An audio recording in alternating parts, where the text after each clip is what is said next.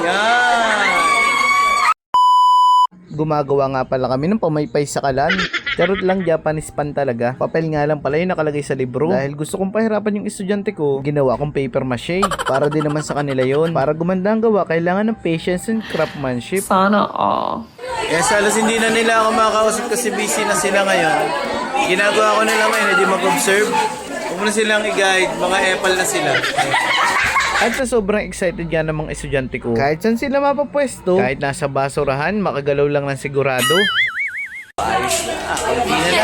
Konti na lang. Binabasa nga pala namin yung tissue ng tubig na may glue. Tapos pagpapatong-patungin. At kapag natuyo, napakaganda. Maiba-iba nga talaga to sa mga ginawa ko dati. Medyo kahawig nga pala to sa proseso ng paggagawa ng higante. Yung ipinaparada sa Higantes Festival. Dahil epal ako, gusto ko itong ma-experience nila.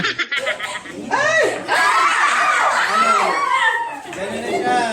Kailangan niyo siyang i-brush para mag-compress.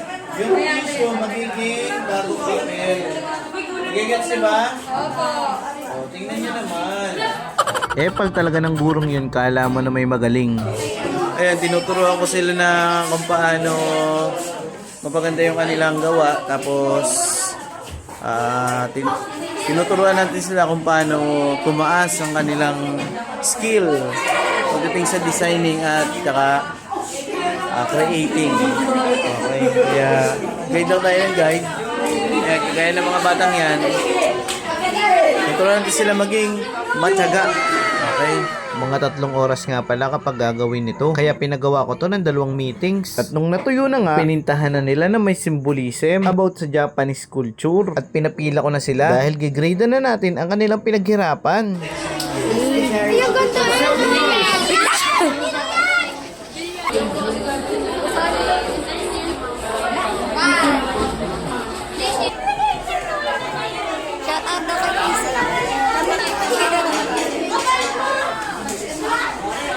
Guys, ito nga pala yung sakuragi natin dito sa Sakura.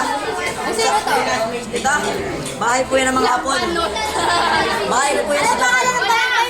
Yan? Japan. Guys, Japan nung nga pala daw. Bakit? Magpapasa ako. 90 akin na. Shout